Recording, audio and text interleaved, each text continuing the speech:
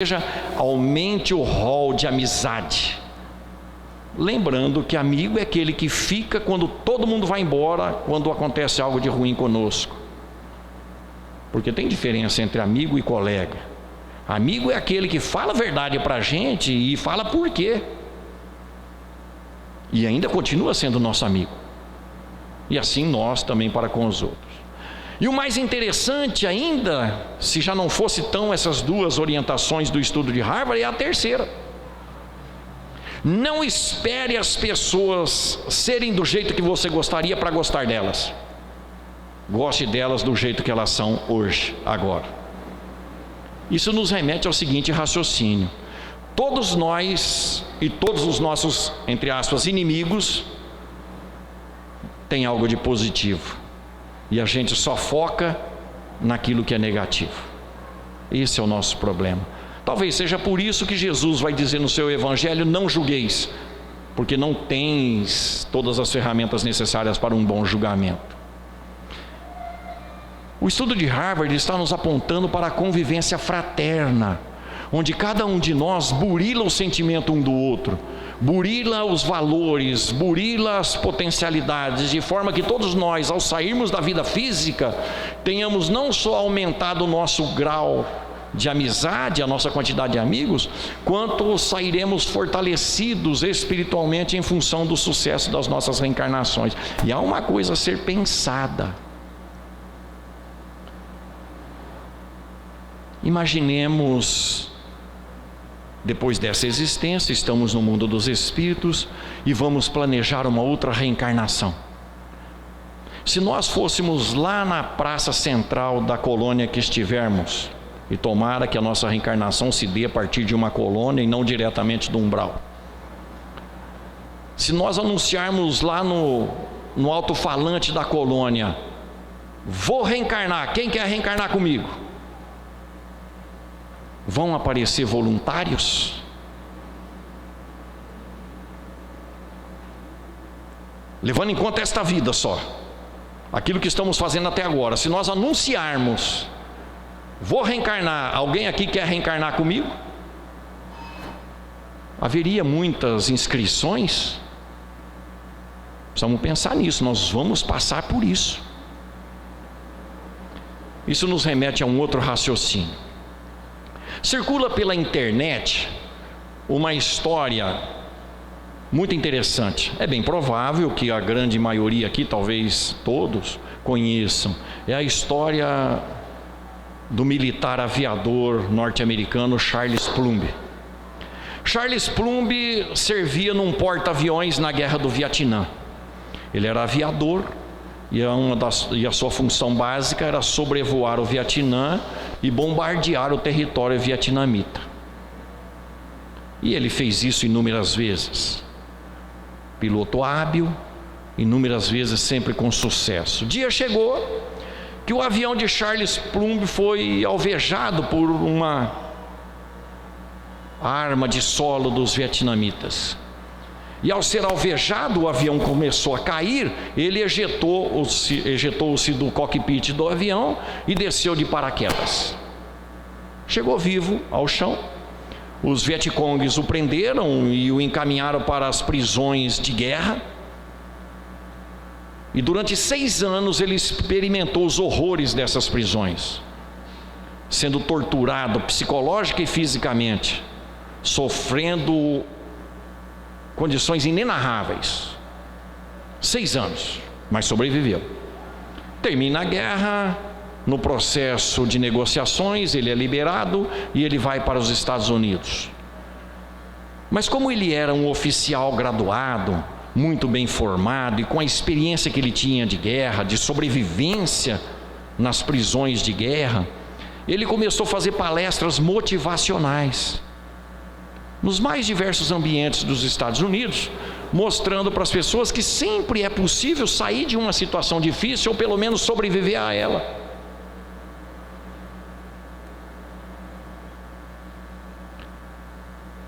E eram inúmeras palestras. Um dia, Charles Plumb estava bebericando algo num bar nos Estados Unidos e aproximou dele um homem. e disse para ele: você é Charles Plumb, eu te conheço. Você servia no porta-aviões tal, lá na guerra do Vietnã, não é verdade? E um dia o seu avião foi abatido e você desceu de paraquedas, e parece que teu paraquedas funcionou, não é? Sim, evidente, você está coberto de razão. Mas quem é você? Eu era o recruta do porta-avião que dobrava o teu paraquedas. Todas as vezes que você saía nas incursões para bombardear o Vietnã, o teu paraquedas era dobrado por mim. Era o meu encargo, era a minha obrigação dobrar os teus paraquedas. Aquilo foi um baque para Charles Plumb. Por quê? Porque ele jamais havia pensado nisso, que alguém tinha dobrado o seu paraquedas com esmero, com carinho, com capricho. E o que mais doía em Charles Plumb, que aquele recruta cruzava com ele frequentemente no porta-avião, e ele não se dignava a dar um bom dia para aquele recruta. Como você está? Muito obrigado por ter dobrado o meu paraquedas. Não, ele era um oficial orgulhoso, vaidoso, e aquele era um simples recruta. Pois é, a vida dele estava nas mãos daquele recruta. Depois desse dia, diz Charles Plumb, a consciência dele pesou muito, mas muito mesmo. E aí todas as palestras que ele começava perguntando: quem dobrou o teu paraquedas hoje? Trazendo isso para as nossas vidas, um monte de gente dobra milhares de paraquedas para nós outros. Quem fez o nosso cafezinho hoje cedo? Ou quem é que trouxe o café para dentro de casa? Quem é que passou essa roupa? Quem é que paga a conta de energia? Quem é que prega um botão? Já pensamos nisso? Não, são coisas tão fúteis, estão tão no nosso dia a dia que a gente nem presta atenção o que fazem por nós, a começar dentro de nossas casas. Mas lá fora, quando chegamos no trabalho, quem preparou o ambiente nosso de trabalho? Mas ele ganha para isso. Mas fez com amor. As pessoas vivem fazendo coisas para nós e nós não valorizamos, e queremos que as nossas coisas sejam valorizadas. Esse é o nosso problema. A vida de relação nos leva a isso, a reconhecer o esforço das pessoas que estão conosco. Metade do sucesso da relação está nisso, poderíamos dizer. Quanto temos valorizado aquilo que as pessoas fazem para nós? Mas vamos inverter o raciocínio. Com que amor nós estamos dobrando os paraquedas alheios? Que preço temos estabelecido para as coisas que fazemos para as pessoas? Eu te faço isso, mas eu te faço isso se. Como é que temos tratado as relações familiares, sociais aí fora? É muito sério essa questão. Nós precisamos pensar nisso. No livro dos Espíritos nós vamos escutar dos Espíritos: todos necessitais uns dos outros, tanto os fortes quanto os fracos. E é por isso que vivemos em vida de relação social. Tudo o que fizermos para afastar, para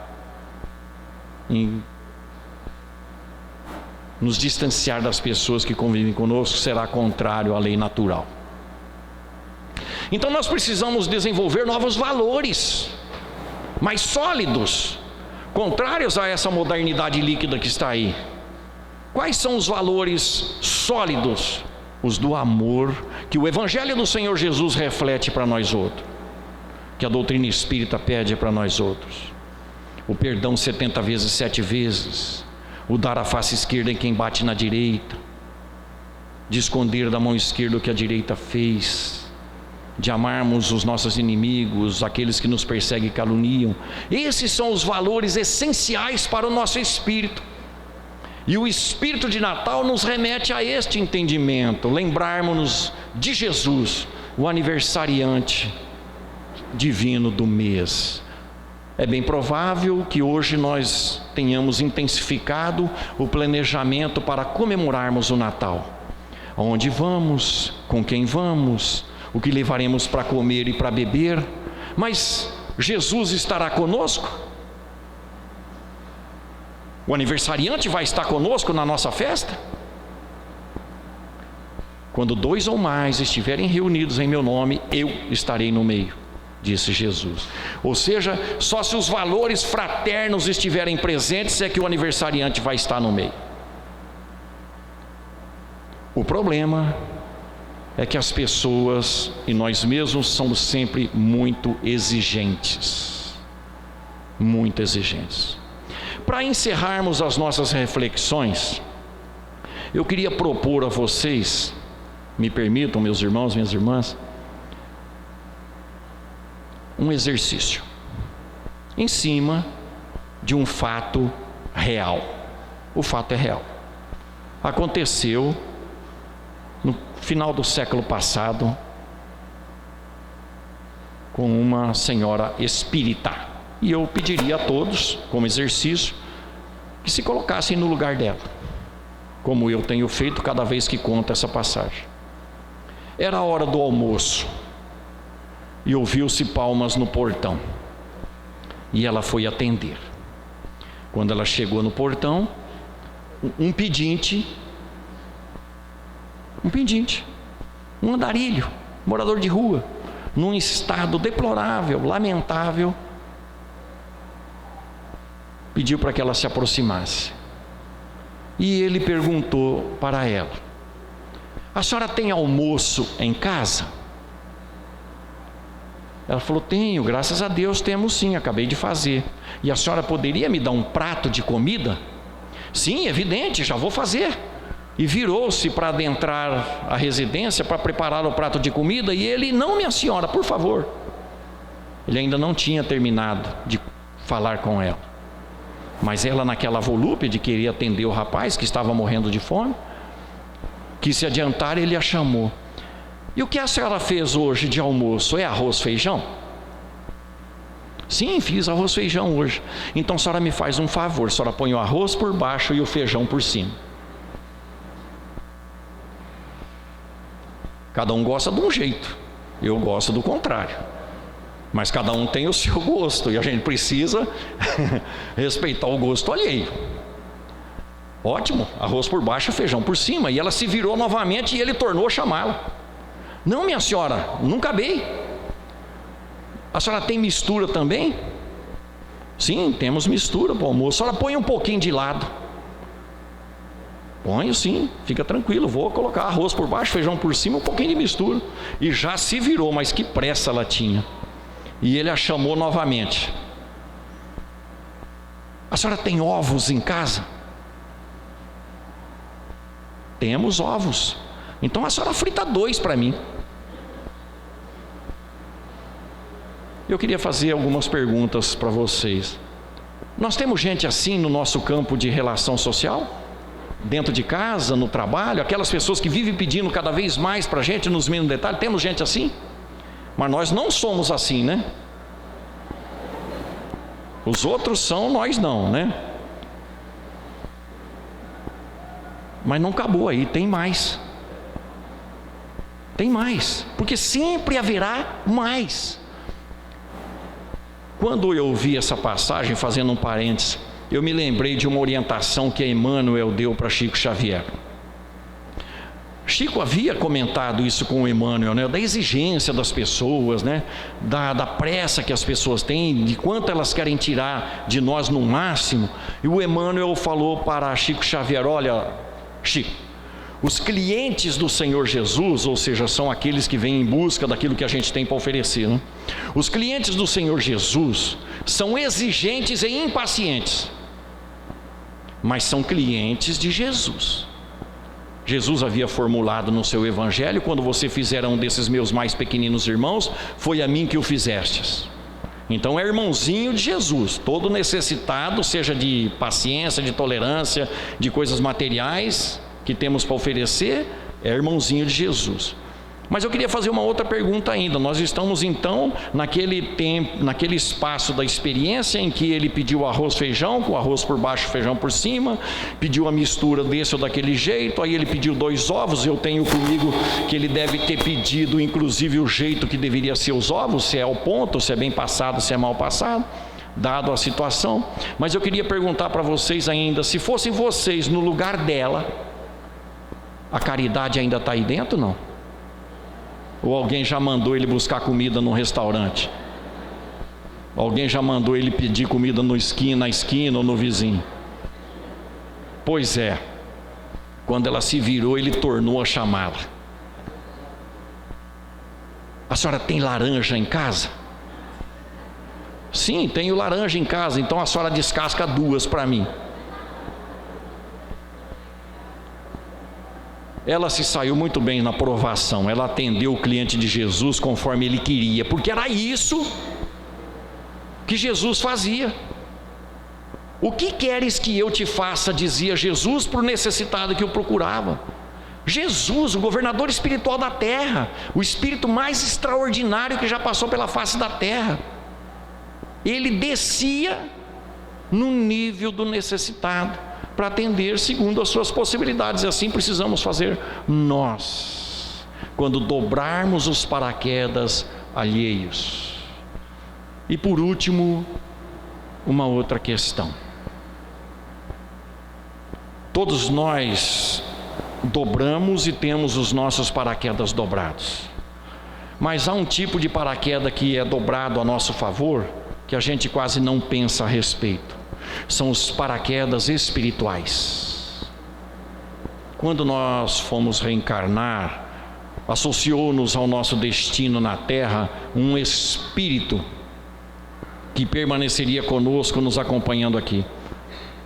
Pode-se dar o nome dele de anjo da guarda, de espírito protetor, de espírito amigo, benfeitor, não importa. É um espírito que está caminhando junto conosco, soprando aos nossos ouvidos os conselhos do Senhor Jesus, para que a gente implante valores sólidos, segundo a imortalidade e a eternidade na qual estamos inseridos.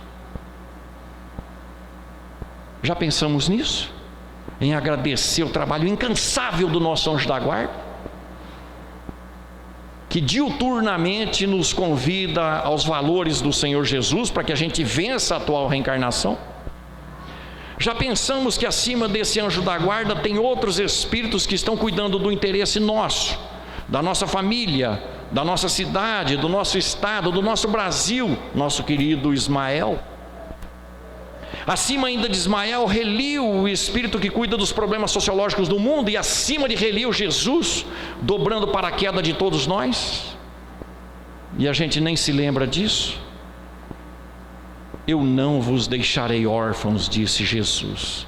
Eu permanecerei convosco até o fim dos tempos.